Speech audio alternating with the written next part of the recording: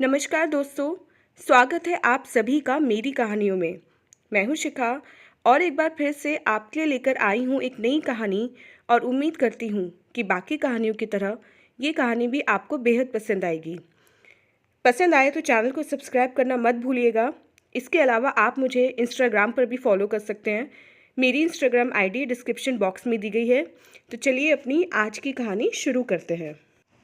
उदास चेहरा, कपकपाती ज़बान और डबडबाई आंखों से रोशनी की शादी कच्ची उम्र में ही पहली शादी हो गई। शादी होने के 1 महीने बाद ही मेरे शौहर विदेश चले गए। अपनी सहूलियत से घर आते। मैं भी साथ जाने की बात करती तो मेरी सास और मेरे शौहर दोनों मुझसे मारपीट करते, मुझे गालियाँ निकालते। वक्त गुजरता गया और इसी बीच मैंने एक बच्ची को जन्म दिया जो मेरे शौहर को नागवार गुजरा। बेटी की खबर सुनकर उन्होंने घर आना ही बंद कर दिया। मैं उनकी खैरियत पूछने के लिए तड़पती रहती, कोई जवाब नहीं देता। फिर एक दिन मेरे हाथ में एक कागज़ का टुकड़ा थमा दिया गया। मैंने अपनी सास से पूछा, ये क्या है? उन्होंने कहा, तुम्हारे पति ने तुमसे रिश्ता तोड़ लिया, वो अब तुम्हारे साथ नहीं रहना चाहता, ये तलाक के कागज़ हैं। उस वक्त तो मैं तलाक का अर्थ भी नहीं ठीक से समझ पाती थी। मैंने अपने अम्मी अब्बू को बताया, सास कह रही हैं तुम्हारे शौहर ने तलाक दे दिया है। ये सुनकर सब परेशान हो गए। बहुत मिन्नत करके उन्हें बातचीत के लिए बुलाया गया। मेरे अम्मी अब्बू ने समझाने की कोशिश की, लेकिन वे एक न माने और मुझे तलाक दे दिया। मैं अब अपनी नन्ही बच्ची के साथ अम्मी अब्बू के घर पर थी। समझ नहीं आ रहा था कि क्या करूं। बच्ची का चेहरा देखकर रोती रहती थी। कुछ अच्छा नहीं लगता था। अब्बू कुछ कहते नहीं थे, लेकिन उनका परेशान चेहरा बहुत कुछ बोल देता था। छोटी बच्ची के साथ पहाड़ जैसी ज़िंदगी कैसे बिताऊंगी? बहुत सारे अनकहे ऐसे सवाल थे जो बार बार एक तीर की तरह कचोटते रहते थे। फिर इसका एक हल निकाला गया। करीबन 3 साल के बाद मेरे लिए रिश्ता आया। मैं निकाह के लिए राज़ी हो गई। दिल में फिर एक उम्मीद थी कि इस बार अच्छे से घर गृहस्थी जम जाए तो पिछले सारे जख्म भर जाएंगे। बच्ची की पढ़ाई लिखाई भी ठीक से हो जाएगी। लेकिन किस्मत इतना ही साथ देती तो बात ही क्या थी। शादी के बाद कुछ वक्त ही गुजरा था कि एक अचानक से एक औरत सामने आकर खड़ी हो गई। मेरे शौहर को अपना शौहर बताने लगी। साथ में 3 बच्चे भी थे। उनकी बातें सुनकर मेरा सिर चकराने लगा। वे पहले से शादीशुदा थे, 3 बच्चों के बाप थे। वो महिला मेरे सामने हाथ जोड़कर रोने लगी, मुझसे अपना शौहर मांगने लगी। मुझे समझ नहीं आ रहा था ज़िंदगी ये कौन सा खेल खेल रही है।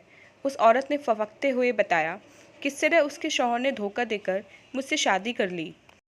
मैं एक औरत होकर एक दूसरी औरत का घर कैसे बर्बाद कर दूं, ये हिम्मत नहीं जुटा पा रही थी। आखिरकार यही तय हुआ, मेरे शौहर मुझे तलाक देंगे। मैंने उसे स्वीकार कर लिया। मैं उस औरत के बच्चों को अनाथ नहीं कर सकती थी। तलाक हो गया। ज़िंदगी में फिर वही शून्य, जहाँ से सफ़र की शुरुआत की थी, एक बार फिर वहीं खड़ी थी। अपनी मासूम बच्ची को लिए अपने अम्मी अब्बू के घर। मैंने सोचा अब खुद ही अपनी बच्ची को पढ़ाऊंगी। उसको पालने के लिए एक छोटी सी नौकरी कर ली। बेटी का स्कूल में दाखिला करवा दिया। वक्त बीतता गया। बेटी 10वीं क्लास में पहुंच गई। सबसे बड़ी बात कि अब्बू अब बीमार रहने लगे। माँ ने बिस्तर पकड़ लिया। बेटी जवान थी। उसकी शादी के लिए कई रिश्ते आने लगे। एक अच्छा रिश्ता देखकर हमने उसकी शादी कर दी। अब अब्बू को मेरी चिंता सताने लगी। अब्बू ने तय किया कि फिर शादी कर देंगे, वरना मैं किसके सहारे ज़िंदगी काटती। कई रिश्ते आने लगे। फिर एक रिश्ता अब्बू को पसंद आया और मेरा निकाह हो गया। मेरे होने वाले शौहर ने मुझे खुश रखने के कई वादे किए। एक बात फिर उम्मीद मेरे घर का रास्ता टटोलते हुए आई। मेरे शौहर की पहली पत्नी की मौत हो गई थी और पहले से 3 बच्चे थे, जिसमें से एक बच्चे की उम्र 38 साल, एक की 35 साल और एक की 22 साल थी।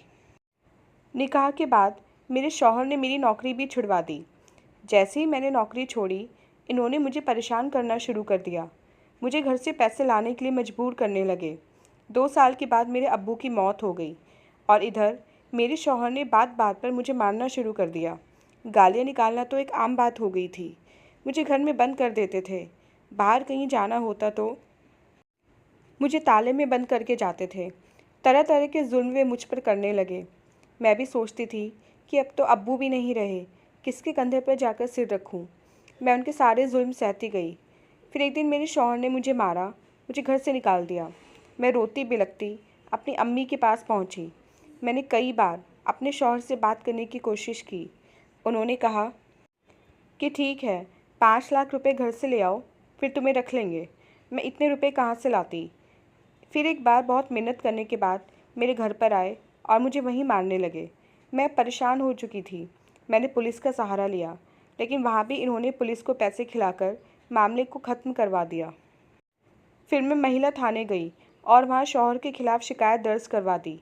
10 महीने तक तो उन्होंने तामीर ही नहीं किया। फिर कोर्ट में बताया कि वे मुझे तलाक दे चुके हैं। मैंने पूछा, जब मैं वहाँ मौजूद ही नहीं थी तो मुझे तलाक कैसे दे दिया। खैर, जज साहब ने पूछा, क्या तुम साथ जाना चाहती हो। मैंने हामी भर दी। मैं अपना घर बसाना चाहती थी, लेकिन मेरे पति कोई बहाना बनाकर वहाँ से खिसक लिए। तारीखें मिलती गईं। मैंने शरीयत अदालतों से भी गुहार लगाई कि मेरा शौहर किसी तरह वापस दिला दो। उन्हें कोई समझाए कि तलाक इस तरह नहीं होता है, लेकिन मदद के लिए कोई आगे नहीं आया। बहरहाल मुकदमा चल रहा है उस तलाक पर जिसका मुझे इल्म भी नहीं। मैं चाहती हूँ जल्दी से इसका फ़ैसला हो और मैं वापस अपने शौहर के पास जाऊँ, वरना एक औरत के लिए अकेले पहाड़ जैसा जीवन काटना बहुत मुश्किल है। मेरे पास कोई और चारा नहीं। तो दोस्तों, ये थी हमारी आज की एक छोटी सी लेकिन सच्ची कहानी, जिसमें एक औरत का दर्द छलकता है। उम्मीद करती हूँ ये कहानी आपको पसंद आई होगी। पसंद आए तो चैनल को सब्सक्राइब करना मत भूलिएगा। मिलते हैं अपने नेक्स्ट वीडियो के साथ।